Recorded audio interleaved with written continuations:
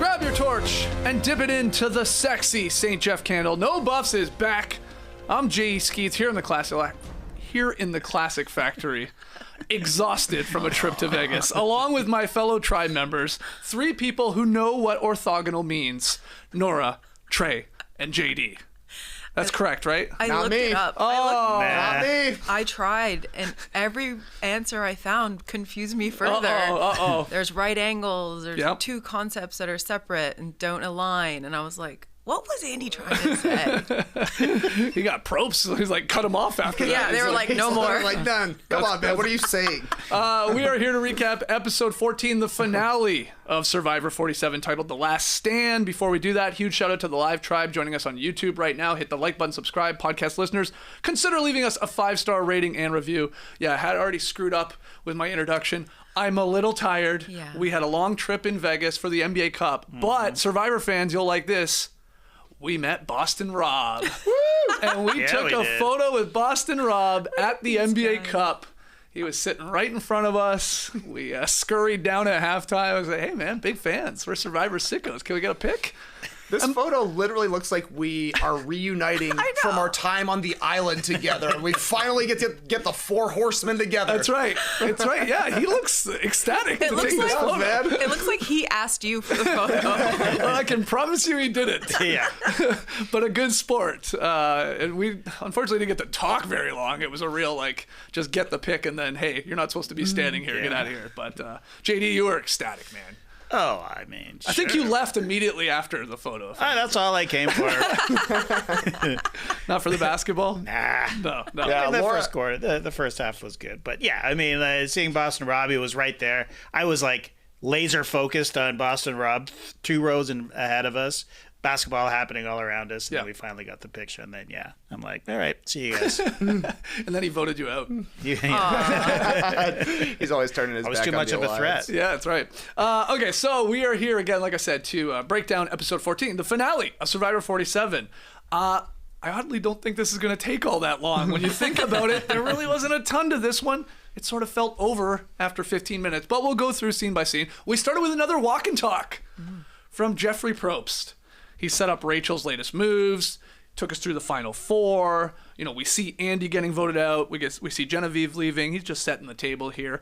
I gotta admit, though, he seemed a little subdued to me this one. Was that just me just coming in tired from arriving back from Vegas? I mean, last episode's walk and talk was full of so much vigor. This one felt a little bit more chilled out. Totally. Yeah, okay, you're nodding along. It was... I mean, I feel like you guys got mad at me because I wasn't impressed enough last week for Jeff being able to walk and talk at the same time. So I went into this one being like, all right, let's lock in here. And then I was like, I did this for 6 years on NBA TV at the start of every show. I would stand there and memorize something. But he did memorize it. And then we got previously on Survivor, which is the exact same thing. Yeah. He tells you, guess what you're going to see? Last week's previously on, and then we're going to show you again. So it really hits you over the head. Hey, he did it literally 10 minutes after last week's, right? Like, you think it happened right then and there? Yeah. Yeah, you're probably right. Okay, so Becca, night 24. Teeny pumped. She's made the final 4. She refers to Genevieve as a legend. You're a legend, Genevieve. Sue is emotional about making it this far.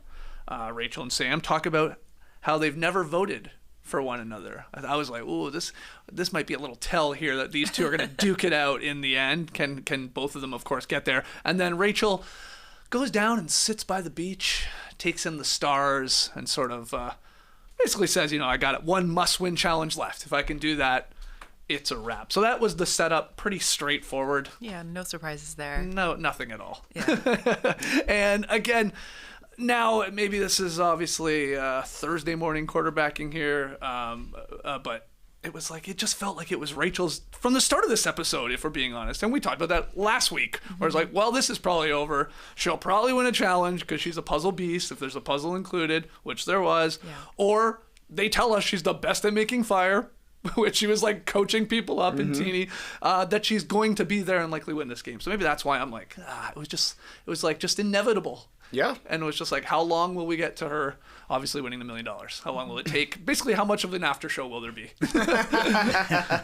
Still only 20 minutes, believe it or not. Yeah. I was just thinking the whole time, Infinity War was better than Endgame, you know? I literally just thought of Thanos right now as you said that. Yeah, he said it's inevitable. And you knew that, no spoilers, but the Avengers come back and win it in Endgame. And you knew that Rachel was going to win. Yeah. Yeah, but there's nothing wrong with that. I mean, totally. Endgame was good. Look, yeah, if it's the beginning of the end of a hero's journey, right? Yep. Like, and that's all it is. She does have quite a few challenges ahead of her. Like, she's got to get through immunity. She may have to do fire. Yep, I mean, we don't know, and I don't know. I for one enjoyed the drama of it, even though everybody knew that Rachel was likely going to win. The heavy. Were you a fan though of the 2 episodes here for the finale, episode 13 and then 14 last night, instead of the normal, we come in with the final 6, we have this crazy final episode because so many things are still happening, but this was obviously different. Hey, I didn't hate it. I didn't hate not having to sit there for 3 hours on the final Survivor night. And like Trey said, Infinity War is better than Endgame, but I loved them both. So, Sure. I was fine with it. Okay. Well, day 25, let's go to the immunity challenge. Wild obstacle course that had a lot of moving parts. I tried to write down as much as possible. The end was the upside down bat puzzle. Right. But we had contestants crawling through, I guess we can call it a mud pit. Soup. It was gross. Disgusting. Yeah, a little too much water there, guy. Production team. You had to untie a pole and then use that to unweave a rope to release a ball. Then you had to use that ball, which was attached to a rope, to snag a latch, bring down the gate. Then you had to retrieve letter tiles and do the combination lock to release a machete, to then cut through the rope, which released the ladder, to then which you had more knots to untie, and finally getting to the puzzle. Pretty epic. Were you a fan of this final immunity challenge? Yeah, watching them reveal it. I mean, I hate to quote DJ Khaled, but another one. It just I kept was coming. like, another one. Yeah. And then you're going to do this. And then there's going to be a little bit of this. So, I mean, I think they really went for it. Watching it play out before they started, I was like, ooh, this could be really Sam versus Rachel. Because there was a lot of physical elements as well going on. And it was in the end, or at least the edit told us that, although they all got there, I guess. Yeah. But then some people just really stink at puzzles. Yeah. And like, they can't even get one piece. They're just like scrambling, looking at other people's work. After doing all those physical I feats, know. everyone, I think, would be challenged to do a puzzle. Yeah, the other parts from this that I wrote in my notes here were Rachel gets lucky again on the drawbridge part. Because she didn't get it go like through through the hole, thing, but yeah. it sort of just stuck to the side enough, and she had enough of a touch but to get it down. is it luck, or does she have a touch? She has a touch. For that one, that's a touch. You're right. Sue aided on the bridge. Yeah. When she was sort of going across that part. Sam and Teeny, they were struggling with that gate.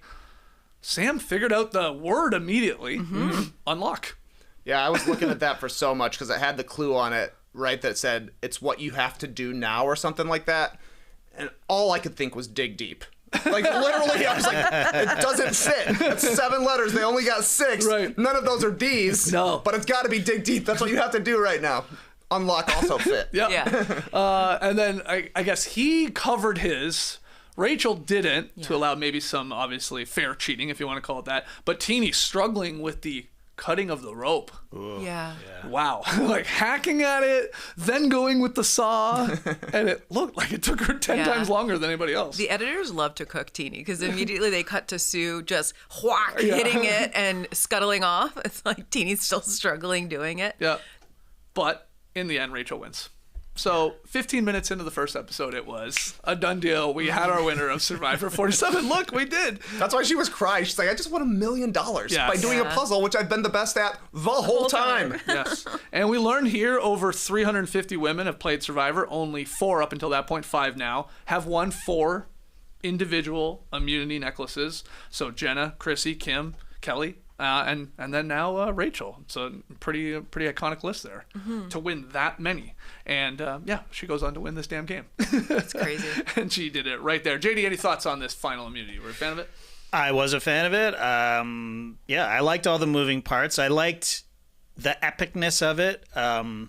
sometimes we just end with the last challenge is the doohickey thing with the what is that? Sim motion, yeah. Yep. Which I also enjoy, but this was just it just felt like a battle to the end, and I was engaged and excited. But yeah, as soon as you get to the puzzle, you're like, okay, Rachel, just run away with it. I thought they even did a decent job on the edit, making us maybe a little more convinced that Sam was sort of crushing her at first, and maybe was going to pull this off. Yeah. And then even I guess Rachel had the little screw up at the end. Yeah, where Probst somehow notices it's not matched up on the bat ear. Ears messed up. Yeah. She's like, she took a look at it, like, okay, I'll just turn that around, no problem. I would have preferred a Samotion or something like that, or even the stacking marshmallows one that they did on the wobbly thing last week. I thought that was more appropriate for a final, especially considering it came down to a puzzle, and we've seen how it's gone since the beginning. You're right. Yeah. I mean, I kind of agree with you. I did agree. I did enjoy the epicness of it, but this emotion is all about your mental acuity, right? After 25 days, you're starving, you're tired, and it just takes one slip up. So I'm with you. And it sort of opens it up for everybody. But, that said, this was Kobe going for 81. You know what I mean? After Rachel beat Genevieve, that's what it was for me. It was just like, all right, let's see Rachel cook. Yeah, the coronation. Yeah. Day 25, though, she's got a decision to make, and she does not take long to tell Sam and Teeny, you're making fire. Sue, congratulations. Happy birthday in advance to you. You will be in the final 3. And then fun scene of them sort of all washing up after they had been rolling around in the mud during the challenge, of them talking about going into fire, and Sam seeming to be a little cocky about his fire-making skills, even though he's never made a fire. Teeny not liking that. Again, hilarious exchange. She sort of mocks him, calling him arrogant. This is like, she's not a fan of how the way he's going about this, but he's actually sort of being... He's taking it totally serious. He's serious. Like, almost sarcastic. Oh, you're going to let me do fire? Yeah, of course you are. I have never made a fire here. And then... Teeny's like, fuck you, man. I'm like, no, I'm serious. I've never made a fire. I stink at this. Right. So, and they're like, he's lying. Yeah, he's gassing me up. You've been together this whole time. Have you ever seen him make a fire? I guess I never noticed, right? Well, he said he maybe touched the flint once his entire time out there. How has he not made a fire? Because Sue won't let him. Yeah. Won't let anyone near that fire. They got a chimney sweep on the team. That's exactly right. Or how has he not practiced fire before he went? Yeah, that one's a little more shocking for sure. But then I'm like, the man hasn't had a watermelon. I don't know what he's doing. That's a great point. He lives a sheltered existence, it feels like. How about this? Maybe you don't need to practice. Well, in this case, he did win. He won. Right. Well, he learned how to make a fire in 10 minutes and then went and did it. Well, I think the win was a paid actor as well, but well, the win's going to be out there still. Rachel does, before we get to the actual thing, she helps Teeny. I mean, Rachel wants Sam gone. She wants Teeny to beat him. She'd prefer to sit at the end with Teeny and Sue. So she's helping Teeny. Sam, again, no clue really what he's doing. He's afraid that he's going to look like an idiot out there. But he gets some inspiration from the loved one's letter. That's a nice tie Rare back. to see the loved one's letter come back. Right. Yeah. Would you be mad if somebody pulled out their loved one's letter? You're already a little salty that they got to go on that reward. And then he's like, let me dig deep into my bag here and rub it in your face. Did anyone think he was going to burn it? Oh, use it for I kind of fuel. did. I thought that. I kind of did. I thought it was going to be this kind of symbolic thing. He's like, wow. When he pulled the letter out, I was like, oh, is this man going to burn this? And somehow, from the ashes he will rise or something. Yeah. Obviously, that didn't happen. I guess it wouldn't be legal if he took it to tribal council, had it in his pocket, and then used it as part of his fire-making toolkit. That'd be pretty badass. Next season on Survivor, you can use anything you have to make a fire. Burn. Okay. Anything burnable. So, let's go to that tribal council, night 25. Jeff is trying to downplay Rachel winning 4 necklaces at this point. He's like, hey, look, of all those women I named, only 2 went on to win the game. Let's not forget Chrissy and Kelly didn't win, so this is not a foregone conclusion. I thought that was funny. Rachel explains why she's taken Sue to the final 3. It's her reward to Sue's loyalty is basically how she spins it. That was smart of Rachel, not just to be like, because I'm going to kick her ass. Honestly, I thought it was slick. Teeny explains her one-sided rivalry with Sam, opens up about her insecurities, and then we get to the fire-making stations. And they shake hands, we take a commercial break, and then when we come back, the fire is on. Probst talking us through how to make fire. 3 things needed: fuel, heat, and air. air, important, it turns out. Teeny gets her flame going. Sam is struggling. And we get Gabe chiming in oh, he's snuffing it out. Snuffing it out. And then it looks like Teeny is running away with it. Her fire is sort of raging at this point. It's the embers are even on the rope. You can see it glowing. And still Sam appears to be struggling. And then he gets it going. And then the wind does really benefit him. It blows Teeny's fire sort of away from the rope. Yeah. And it really engulfs his. And he finds a way to find a way. As was said 3 times. Good line. Yeah. Catchphrase. Yeah, and then Teeny loses. She's distraught. She's heartbroken.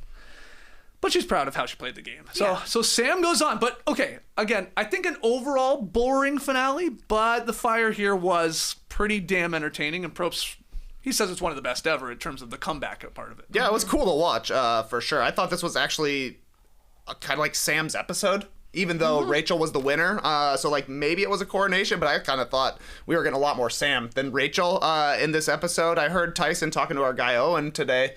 Tyson said if he saw his fire blowing in the wind like that, he would just move the fire with his hands. Yeah. Which is hilarious, but what are you supposed to do when that happens? Yeah. We've seen the wind affect the fire before. Yeah. I'll also say I think the right side seat, the seat closest to Probst, that one wins more. Yeah, we've talked about this. I don't know why, but it seems like it wins more. We have talked about this. But can you get up and block the wind? Can you do anything to fight it, or are you just kind of at the mercy of the elements there? I said that when we were watching it. Can Teeny get up and stand? Yeah. Is that allowed to I would assume so. Create a bit of a barrier? Or what about Rachel? Rachel and Sue come over. Oh, I would have loved that. Like a coven. Why not, right? Yeah. Oh, wow. That's next level. Yeah. Owen's in the chat. Please advise Owen. Yeah, Owen, please can advise. they do that? Can they work together? What can you do? So Sam wins. You can at least use a stick, right? And poke it over a little bit. Yeah. But in that moment, you're it's so close. But Teeny was also fully panicked, literally looking to Rachel saying, what do I do? Yeah. I don't think Teeny had the confidence to even think maybe to get up and block. Well, and also in her defense, generally with fire, when you got it going, last thing you want to do is start messing with it. Sure. You're going to maybe ruin it if you start trying to move it. I get what Tyson's saying though, but especially because her flame was it wasn't even going close to her rope when that huge gust of wind was going, and it was getting Sam's going. So Teeny gets her torch snuffed, tells Jeff, smells good. What do you think Jeff Probst smells like? Smells like that candle, maybe? I think he smells like salty, beachy, tropical vibes. Okay. You're right. Yeah. Definitely salty. A little salty. So Teeny gone. JD, any final thoughts on Teeny? A big character, obviously, in this season. Yeah, shout out to Teeny. Again, probably the person that we would love to hang out with the most. Oh, yeah. You saw that champagne glass getting filled. Oh, yeah. They cut away. I can't remember who was talking, but they cut away to I think Andy pouring more champagne into Teeny's glass. I was go back to the person who's talking. But anyways, it was great player, fun to watch, and really just so open and honest. And I'd love to see Teeny come back. Yep, and very possible. Well, Jeff is a big fan of Teeny. Jeff loves Teeny. On his podcast, he was singing Teeny's praises. Oh, okay, so I think Teeny will be back. Okay. Day 26, final day. We know who the final 3 is. We learn from Sue herself. It's her birthday. And it's her 59th birthday. Oh. She'll get to that sort of birthday bomb later that night. Sam and Rachel and Sue, they get their final 3 breakfast. This is where Sam tries and does not love watermelon. This guy. Surprising. But if you get a mealy watermelon, you could be against it. It can be bad, yeah. And it's overrated. There, I said it. Wow. Yeah. Watermelon, overrated. Wow. I am the ultimate hater. That's right. Wow. Put it in the comments. But you have a theory here too with Sam trying things and not liking watermelon. He had just tried pineapple a week ago maybe. That's days ago. You start with pineapple and then you go to watermelon. Everybody's going to be like, meh. Yeah. He had kiwi in between as well. That's and a sour stomach. Great point. Yeah. Great point. Yeah. I was losing it in this scene when they're going through. Oh, I know what you're going to say. The food order. The Fallen Friends. And every time Sue says, who? Okay. Wait, who was next? Hey. Okay. Every single one. Wait, who was it? Kyle. Now, okay. I wrote that in my notes too. I could not believe it every single time asking who went next and the other 2 having to tell her. I thought, is it possible some producers are in play here? Hey guys, while you're eating your breakfast, I want you to go through your fallen friends, right? Talk through your favorite memories or what jumped out. And so was Sue possibly doing the like almost to get to the next person? Asking who went next? No, she was the host in that moment. She was the one who brought up the game. I'm just saying. That's true. It's possible. Look, last week I said Sue is not someone I would describe as switched on, and she is very much not switched on. She does not know what's going on. She forgets people's names. She's not in charge of her game. Right. Okay. That was funny. JD, where do you fall on this? More with what I'm thinking, maybe to give her a little benefit of the doubt, or more what these guys are saying? She's like, who? She's a real Mrs. Jennings, who's right, that? JD? Yeah. 100% Mrs. Jennings. Yeah, I mean, she was. I talked about this before, how she was like, yeah, let's get what's her name to play her idol. Yeah. And yeah. Nora's exactly right. She's not switched on. I don't think she remembers people's names. I have that problem too. Okay. But, you know, and yeah, the producers are like, hey, talk about all of everybody because we need a scene of just reminding who the jury is. Yeah. And yeah, so, oh, Sue. 59-year-old Sue. And, you know, she was drinking champagne at that point as well. So, that's true. Yeah, you know. We lovingly call her Dirty Sue because she has been dirty for a majority of the game. But looked great, I thought, at Tribal Council. Yeah, she had a cute little Cleaned up really hairband nice. on. Yeah, for sure. And we also sort of get a new nickname, I thought, here. And maybe this speaks to what you were saying there, Trey. Scrappy Sam. There's a lot of talk about how scrappy he is. He loves to say he's scrappy, doesn't he? Yeah. So I wrote down Scrappy Sam, Dirty Sue, and then I wrote Kick-Ass Rachel. I wasn't really sure what to put. Mother. Yeah, our mother. Yeah, sure. Okay, so final Tribal Council we go. Look, this is the open sort of ended conversation, but a majority of the jury members getting a question each to kick things off. Gabe gets us started. How do you think your game will be remembered? And it was a good start because we had like two different answers and about whether or not that even matters, where Rachel leaned into like, I don't really care what you think of my Survivor legacy, nor was I ever really focused on that. But Sam sort of did the opposite. And I will say, like, those two brought it. I liked Rachel and Sam like many times throughout this Tribal Council, like sort of like, okay, they say something and you're like, well, yeah, but, and then they come at it from the other side to try and like build up their case, which I thought is great. I like that part. Sure. So what do you think of Gabe getting us going here with that first question? Well, before we get to Gabe, I would like to talk about Soul's vest. Oh, it was back. Yeah, because the slutty vest is back, and I'm here for it. And he also wore an infinity scarf. Yes, he did. The fashion choices he brings to the table. I mean, I just feel like we need to acknowledge that. Yeah, Good. yeah. Well done. Painted nails as well. Yes, I saw that too. Yeah. He's an icon. He brought it. Yeah, I thought these were good questions. I think it's good to also, like, you know, you hear what your opponent is saying, and let's face it, it's really between the two of them. Yeah.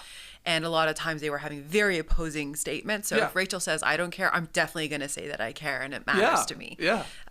Sam is a great speaker. He was, some may say combative at times, but I do think he pulled out all the stops. And as a viewer of the show, to me, it was very obvious Rachel would win. But if I had just watched this jury deliberation and conversation, Sam is in there fighting. Oh, yeah. Yeah. A lot of people are saying this was one of the best performances at a final Tribal Council for somebody that doesn't go on to actually win the game. Like, he brought it. He made his case. He was, combative. I mean, I don't think he was that bad. He's doing what he's got to do. I mean, he talked over her a lot, which I think as a girl is like very triggering to see. But other than that, I thought he literally said all the right things. Yeah. And I thought at times she gave it right back to him, though. I wish she was a little more spicy. Yeah, but that's also not her personality. I know. Which is why I think he even leaned into being even more combative, aggressive, whatever, to try and like get that going. Like, look, man, I really want this. Because that's like a lot of times you hear like, own your game. Tell me why. Sure. He was trying. Yeah. And I because love he that didn't have as good as resume. I love that he was passionate. Yeah. I think maybe what I was seeing was I wanted Rachel to be just as passionate, even though it's not maybe in her wheelhouse to channel that kind of energy. And I thought she did a good enough job. Yeah, what do you think of overall Final Tribal Council? I thought it was an awesome final too. Yes. Sue was there hanging out. Yeah. She did mention that she was 59, and people are like, cool. Yeah. Wow, nice. That was awesome. Jeff gave her some props, listed out the stats about how she's like a top 5% player, basically. So that was nice of Jeff. But yeah, I thought it was great. You know, Rachel played a game where even though she wasn't on top, you know, from a strategic standpoint, she was the biggest threat out there and had to defend her game that way. And, you know, she's getting called out a lot for the luck, finding idols, getting gifted things, stuff that's kind of outside of her control. But she's like, that's how I had to play, and you were still coming for me all the time. Meanwhile, Sam is like, I was on the bottom. I was scrapping it out there. I got all these votes for me. I was right every single time. Yeah. That makes me think the part we're not hearing is Rachel saying, yeah, you got all those votes because I won immunity. They would have voted for me. Yeah. But it's interesting because the game that Rachel played and won with isn't a game that a woman usually plays, right? Being the underdog who needs to go and win all these immunities to stick around. I think she was a great strategic player. She just didn't necessarily show that because she was winning immunities, and that was changing the game plan. But I thought she played her part pretty well. I thought Sam was kind of the star of Final Tribal Council, and he did everything he could, and it ended up getting him one vote. Yeah, and I think he was maybe edited to be the star of the Final Tribal Council to have us going, wow, could he actually do this? Is he actually going to beat her or make this close? He won't in the end, but I guess he got Kyle's vote, so he finishes technically second. Meaning, does he get more money than Sue? I asked you this morning. Like, I assume he does. He must, because he's the runner-up. Did Kyle just give him a bit more of a paycheck there? Yeah. Well, Kyle wasn't voting for Sue. His reasoning wasn't very strong for voting for him. No, he loves him. He's just like, I like you. Yeah. That's Survivor. And that's it. A lot of them have already made their minds up before Tribal Council anyway. Well, but you're right. Like, it would have been better if Kyle had said, well, everything that you just laid out, you convinced me, man. You convinced me. It's like, not rather than just, I just love you, man. I just love you. Yeah. But my question more specifically this morning to you was, would Sue and Kyle have split the money? So was Kyle, basically the result of Kyle voting for Sam means Sue doesn't get what she could have had. I think that's true. Maybe Owen can confirm here in the live chat. Because then Sam is officially the runner-up. They're not splitting between themselves if Rachel had a clean sweep. Right. I think that's the case. I think he got more money for finishing second. Right. Sam did than Sue. And if that's the case, he's like, he owes Kyle a beer. Right. Because I certainly think so. And I was going to say chicken wings, but we're not sure. I don't know if he's eating those anymore. He's vegan. Oh, he's vegan. Okay. We also had Caroline asking about, like, what was your biggest sort of mistake? Right. We had talk about, like, I guess it was Saul asking specifically Rachel, like, what's one thing that, like, will blow my mind that you did? I think she talked about the perfect idol play there. Yeah. Like how she sort of knocked that one out of the park. Sam was cooking off of Andy's question, which was to Rachel, or got started with Rachel, because then that was where Sam was going through his really good but sort of flawed resume. But like you said, getting all the votes, look what I had to do. Like that part, he was cooking, and the jury reactions was like, oh man, maybe they're being convinced a little bit. Sam and Rachel turned on the waterworks. Yeah, back to back waterworks for sure. And I did write down then finally, as good as Sam was, I thought there was some strong final words from Rachel, because she actually was like, okay, Scrappy Sam, I'm going to say I was the underdog and now I'm the big dog. And I turned into that because of all the challenge, beasts that I've turned into. So it was good. It was a good Final Tribal Council. The only thing, or one of many things that I thought Rachel could have said that I felt were impactful was she didn't mention her shot in the dark play, which could have been maybe her answer to Saul's question of, like, tell me something I didn't know that you did, because I think that showed a lot of strategic acumen and thinking ahead. And certainly when she did it, we all were like, wow, I would have never necessarily thought to do that. So that could have been a cool thing she added that nobody else knew.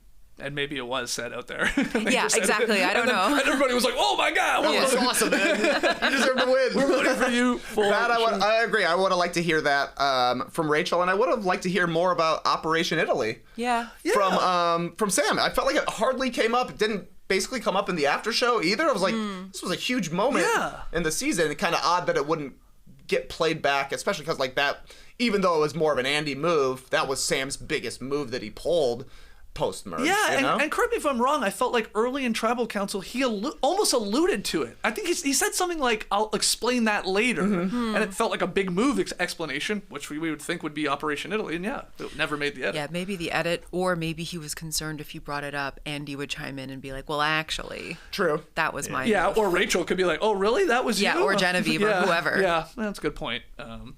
JD, your thoughts on Final Tribal Council? Yeah, one of the better ones in recent memory. Aside from Sue just, Aside from I'm what? 59. That was her one argument. Okay, you know. but again, like final 3 tribal councils, there's always one person Totally, that's like, yeah. okay, cool, you're here, but you're not getting any votes. As a resident old guy here, the last thing I would want is to be known as the resident old guy. You know what I mean? Okay. Like, I wouldn't want to sit on my age until the very end of the game and go, guess what? I'm 60. You know? Yeah. It's just like, okay, wow, cool. It makes it seem much more impressive. Like, you know, I got dragged to the end, basically. You didn't know I had an idol. You know, I didn't really play the game. I was loyal. Yeah, that was her whole thing. Yeah, and fine, cool. You camped for 25 days. That is impressive, I suppose. Mm-hmm. But I would be mortified. I'd be like, Sure. Hey man, you played the game and you got voted out. You got to 5th or whatever. Like I would much rather that. As an old guy, that's all. Yeah. Well, Kyle, like I said, votes for Sam. Caroline votes for Rachel. Those are the votes we see, and then we go and read them, and Rachel wins. 7-1, which is in the new era a pretty common final score. We've had a lot of 7-1s. Now in the last couple we had 5-3, so that was a little closer. But there was that big stretch there. It was 7-1, 7-1, 7-1, 7-1. I remember us always talking about it. And then this one in the end, and immediately after we get the vote, Probst is calling for champagne and pizza. Yes. God. Let me get some of that.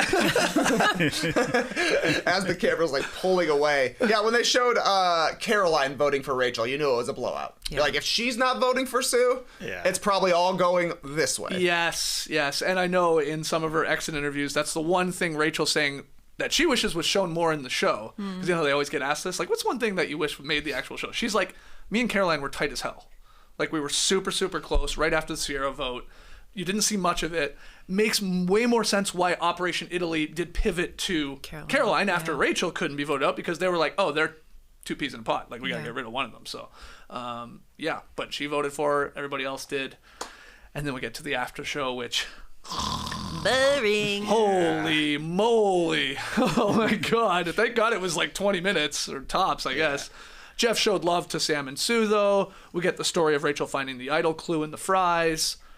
We get, for the final time, Andy's redemption arc, I guess. A couple other things thrown in. But anything else? I thought it was boring. I didn't think it was that good. I mean, all this, again, the effect of these moments in the reunions give me is like, we need to bring back the live all cast reunion. This is not giving anything. This is a waste of time.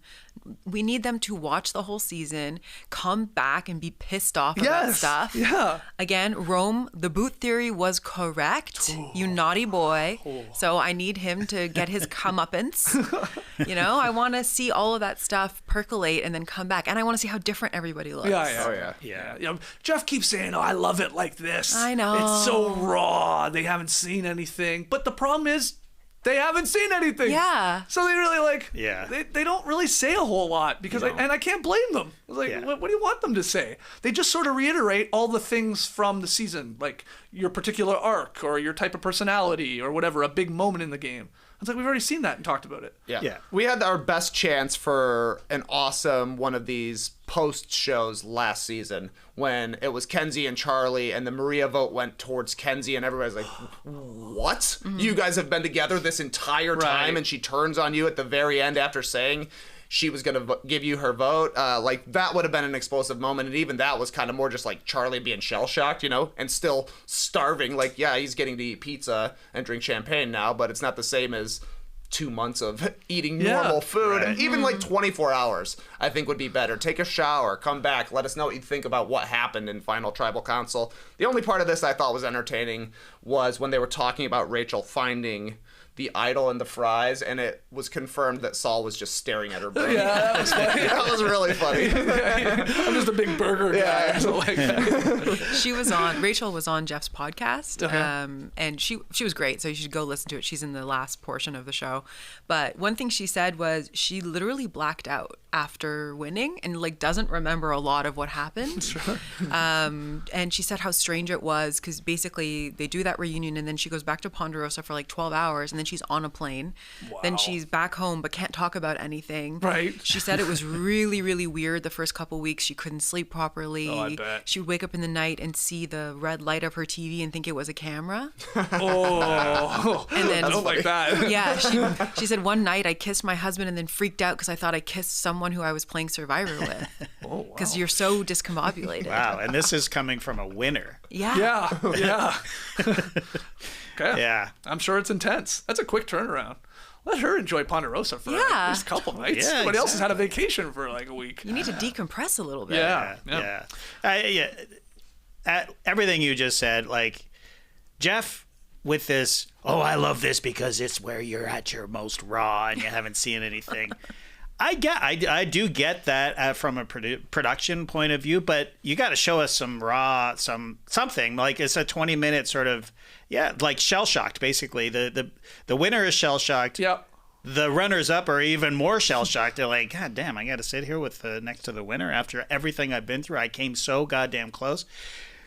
You know, we need both, is what I'm saying. We need, you want to give us an extra episode? Fine. Like, let's do the reunion, like the post-mortem right after tribal council. And then I'm 100% in. Next week, I would watch a 2-hour reunion 6 months later. Everybody's cleaned up. We've seen everything, all the social media stuff. That's the juicy shit. Yeah, like that's know. really But see, this what is we the need stuff to that see. Probst actually hates. Right. I know, because but he's afraid, because it happened time and time again. These people watch the show. They go, "Why didn't you keep this in the edit? Yeah. Why did you make me look like a fool here?" Yeah. And then they just come back and they're all pissed off with Probst and the Right. editor, and he's just tired of it. yeah, and he's the one that's on the defensive. He's Yes. But I do love those moments where So they're do I. like, "You think you got a bad edit? Well, here's the raw footage. He's done that before, Yeah. and it's great. It's Yeah. awesome when that happens." Or when Jerry Manthe gets so pissed off, she leaves the broadcast halfway through. That's good TV. television gold, man. Yeah. So okay, well, come on, Probst, bring it back. Season 50 at least. Bring back the after show. Any other thoughts on this actual episode? I know we got lots more here in Tree Mail. Anything I left out that you want to dig into? We'll talk sort of more like Rachel legacy here and stuff like that. But anything else? I think Gabe would be a good co-host of Jeff Probst's podcast. Okay. The way he started the show, or like the final tribal council, the way he threw Sue a bone on a question, like you could tell he hosts. Yeah. That's what I took away from that as well. I don't disagree with It was that. very nice of him to be like, "Hey, I had a relationship with Sue. We're talking about relationships. Sue, what do you What do you do? What do you think?" Sue, are you still here with us? Let's ask you a question. She's like, "Who the hell are you? What's your name? What's your name again? When did you go? Were you Wait, you were after you made the merge, right? Yeah. Okay. All right. Well, let's get into Tree Mail.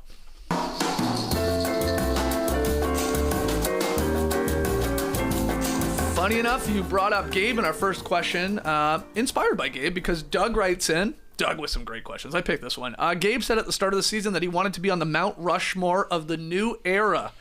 I think it's safe to say he fell short on that. Yes. However, would you put Rachel on the new era Mount Rushmore? If so, who's up there with her? If not, who would get your 4 slots? So TK, you want to take a crack at this? Does Rachel make it, first off, of the new era? For those that don't know, we're talking like season 41 to the current season here. So after 40 was Winners at War. That was all returning, obviously, winners. Who's on it? Who's on the new era Mount Rushmore? I think she would have a chance. I've got 3 that I think are kind of for sures. D for me would be a lock. Yeah. She's the best winner of the new era, I think. Yep. I would follow her with Jam Jam. Yep. Yeah. But I think you could maybe go Rachel over Jam Jam if you wanted. I agree. Perhaps controversial. I'm putting Erica on my Mount Rushmore. Shillelagh Time? Shillelagh Time. Really? She's George Washington. Why not? First winner. And then I'm reserving a 4th slot for a character. Oh, okay. I don't know who it would be, but I feel like we've had a lot of great characters in the new era. So I'm like Q, Banu, Caroline, Cody, Jelinski, Beef Walsh. Like there are some straight up weirdos who have been on Survivor 41 through 47, and I kind of think that should be honored as well as the winners who actually deserve the spots. Well, mine's super close to yours. I too have a character. I chose one. It's Caroline. Okay. Not this Caroline. Not this Caroline. yes. Caroline. The Blonde. Caroline. Yeah. Weiger. I got D. I have Rachel. Yeah. And I have Jam Jam. Yeah, a lot of similar names. I only went winners. I agree with Rachel's a lock for me. I think she's played an incredible game. I do truly believe she could play a game where she doesn't have to win, a bunch of immunity necklaces too. Who knows? Maybe we'll get a chance to see that. I think she's just a really strong strategic player as well. But I have Rachel. I have Dee for sure. I have Marianne.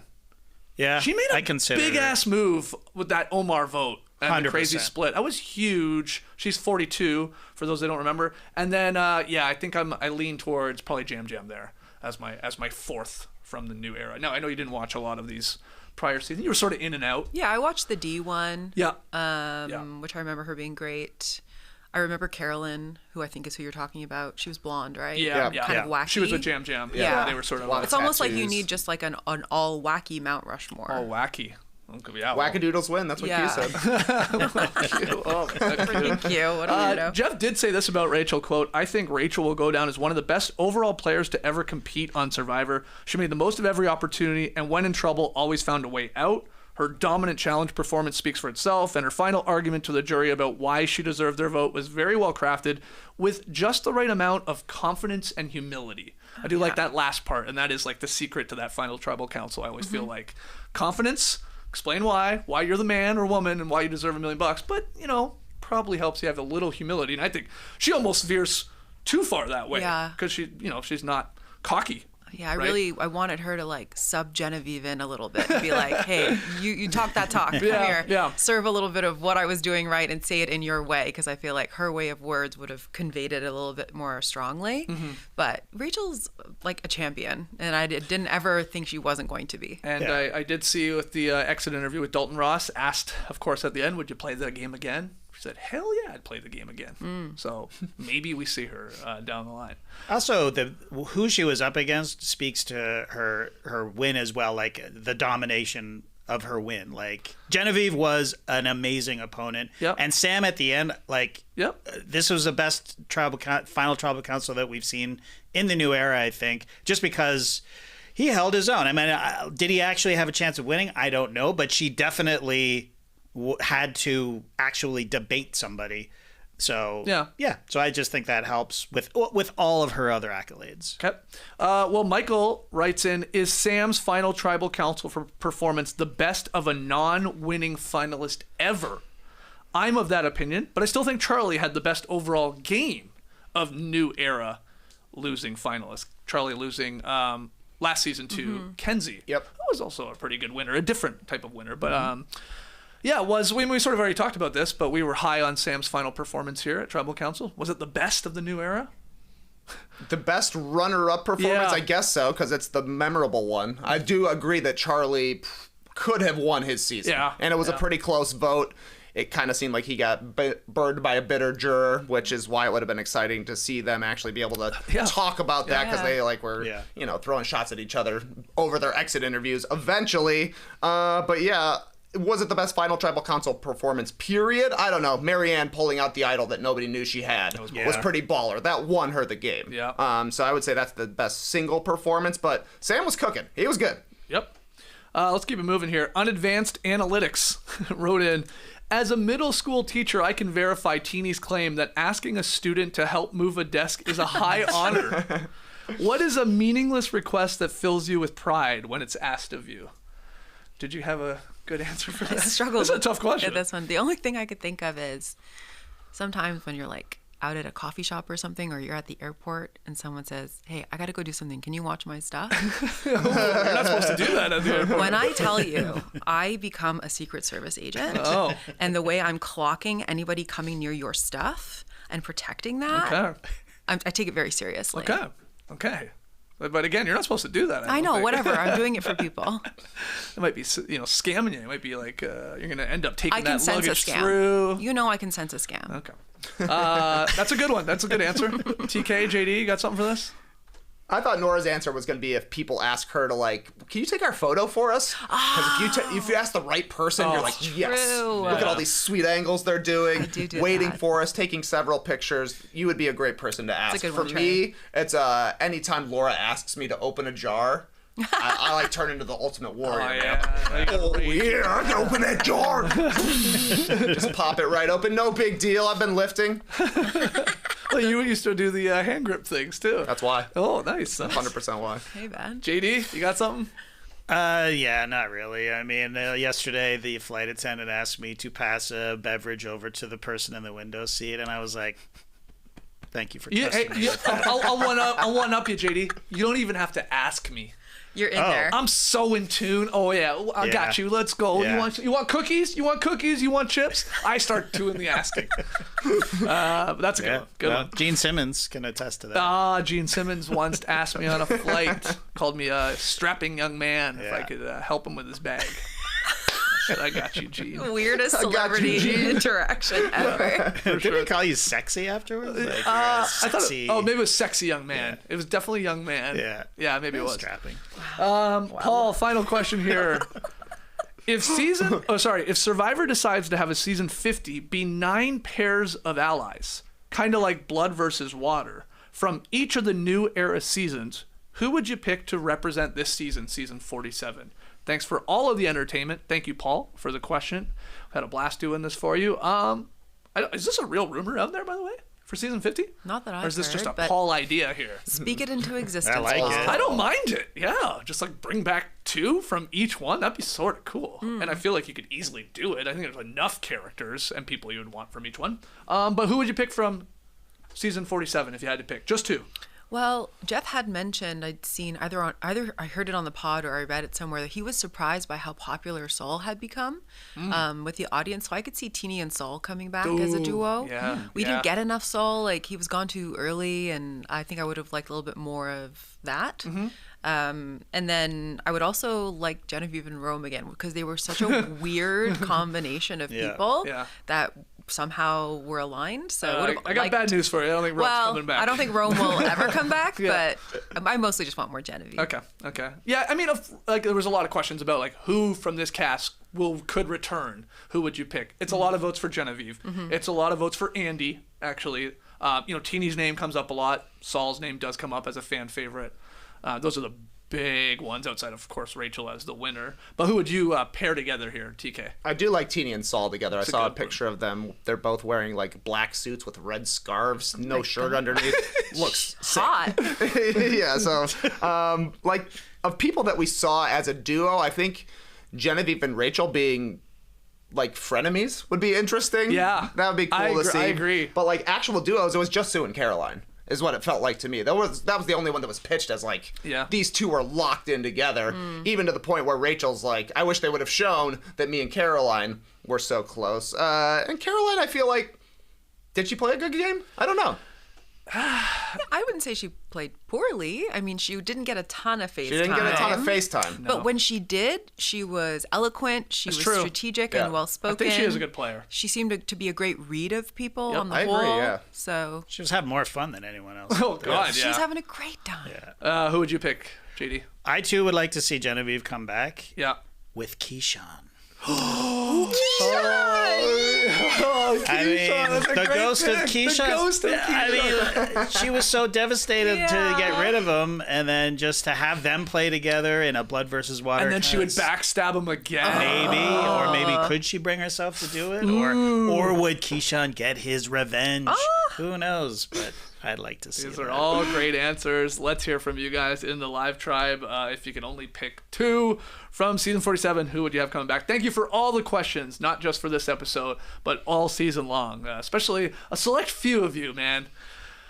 Doug, Zachary. I mean, I dropped like 8 questions. I have to sometimes I'm like, damn.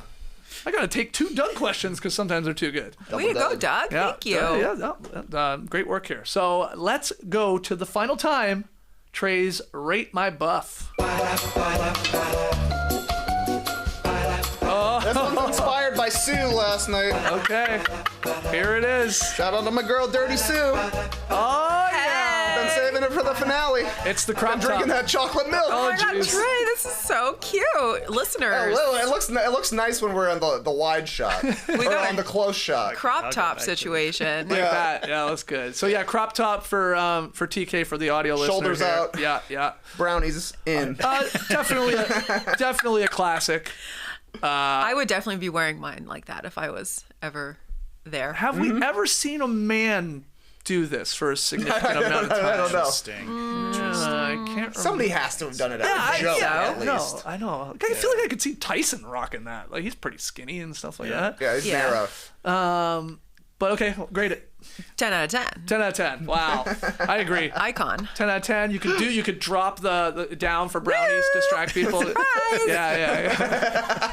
Someone make a gif of that. You have to make 3 beanbags on top of the pedestal. Good luck.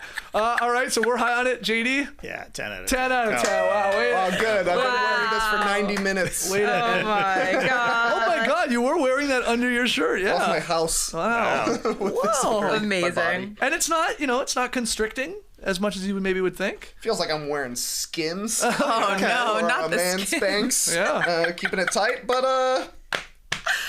I like it. Slapping it away. It's not a bad. I think if I was on the island, I would just wear it under my clothes. Yeah, like a little corset. Yeah. They probably don't like that though. Oh yeah. They want it visible, probably. I'll just tell them branding? I lost it. I lost my buff, guys.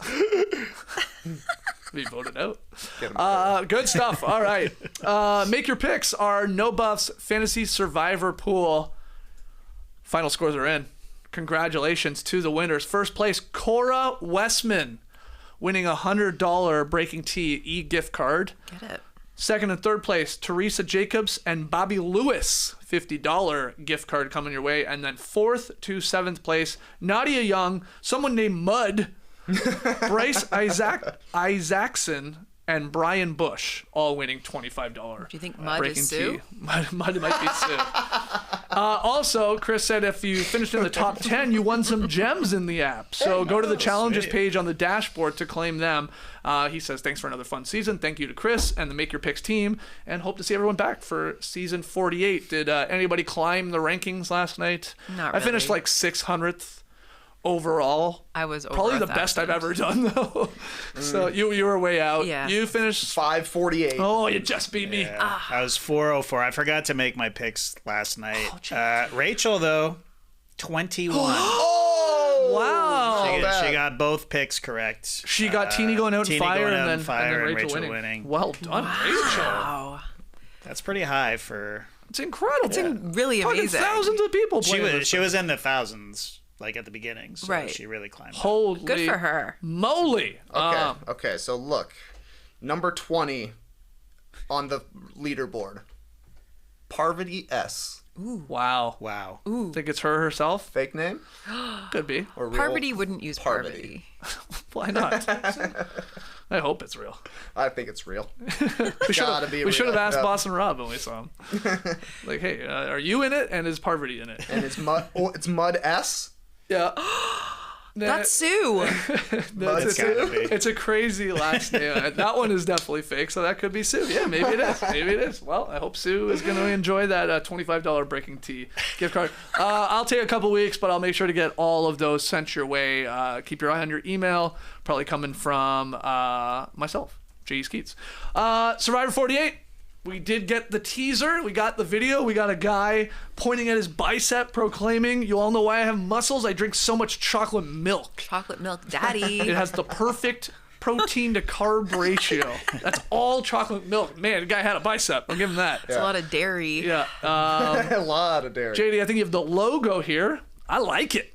I like the colors of this one. Like some gold and green, and we got the idols, I assume, there. And, I like the two spooky eyes. Yeah, spooky eyes, and then the 48 sort of like just wood tied together into the number 48. Mm-hmm. And that's all we got. I liked when they got ready to show this, and all of the 47 cast was like, "No, know. we don't want to see it." Straight up thumbs down. Yeah. Because their time in the spotlight basically gone. This starts in February, Yeah. right around the corner. We have no Survivor for like 7 weeks. February 26th. Wow. Oh, okay, late February. Okay, a little bit more then. But JD, did you like the trailer for Survivor 40? I mean, sure. Like. Well, okay, so what? Slow motion people splashing Yeah. around. Yeah. A couple of people we have no idea who they are. It doesn't grab me, But whatever. It's going to be great. It'll be great. It will be great. I felt the same way about the trailer for this one. Right. 47. It's like, okay, who cares? Actually, last year we got John Lovett. Yeah. It was just like, whoa, okay. I know that guy. Yeah. So, but yeah, it'll be fine. But it doesn't make me go, excited or anything. I mean, what happened in a probe says, stop the challenge. So maybe there's a medical evacuation. Yeah, or maybe it's nothing more than just a scare. Hopefully it's just that. You don't want to see anybody taken out. And then he does say something like, he says something that's history right there at tribal council. Who knows? So that happens all the time. I know, I don't JD. know. Like, God. We got to go back and watch the 47 trailer to see what was it good? Was it accurate? Yeah, my only memory is John Lovett and me popping, being like, "I know you." Hey. Yeah, and like they don't even tell us names in the trailer. Not in the trailer. I know you can go look it up. The black woman, I believe, is from Georgia though. Oh, cool. I'm pretty sure she is. Okay. Homer. Cool. Yeah, it's maybe a Homer pick there. Awesome. But, and I gotta say, I mean, I finally got somebody right to win this game. It took a long time, but I did successfully call Rachel. Go back, it's on tape. And finally threw the dart in the right spot, just like Rachel, maybe getting a little lucky. Hey. So did I. There's a lot of luck in Survivor. That's right. The one thing about seeing the number 48. Well, there's been so much talk of 50, like this whole season, even last season. You're like, oh yeah, like there's still two more before 50. But I guess they're shooting 50 like coming up. Well, within the next 49 few months. and 50 in theory would be shooting fairly soon because this is already, of course, was filmed and stuff like that. So we're waiting on this one. Can't wait. Hopefully, no buffs back in your lives come season 48, but in order to be back, you got to play your part. You got to hit the like button. You got to subscribe. We got to be at 5,000 subscribers on YouTube. We're so close. By the time we get to season 48. Come on, guys. So let's do that. Something more. Something more. Podcast listeners, we'd really appreciate a rating and review if you haven't done that on Apple Podcasts. Really helps us out in terms of the rankings. And great to have you on board. Thank you. Did you enjoy your real, true first season on Survivor? I did. I was locked in. You were. It was pretty exciting. Loved where everybody went with their storylines. I was into it. You were very into it watching. Like you had like Twitter going and you were like looking at other things. I told you on episode 1 when I'm given a task, I go 100 on it. Hey, you've been a great addition to the team. Oh, thank you. Bringing You guys some are hot all takes. Oh, thanks. Yeah. Not everybody likes them. No, hey, that's how you know it's a hot take. Fine. You think we care? I don't. I truly don't. I forget people are watching or listening to this half the time. Yeah, but I do appreciate everybody that says nice things. Yes, we do appreciate it. Guys, awesome stuff. JD, once again, great work on producing this all season long. A well-deserved break for JD. Couple weeks. Sure. Yeah. Thank you. Guys, until we see you for season 48 of Survivor, the tribe has spoken. Happy holidays, everyone. Bye.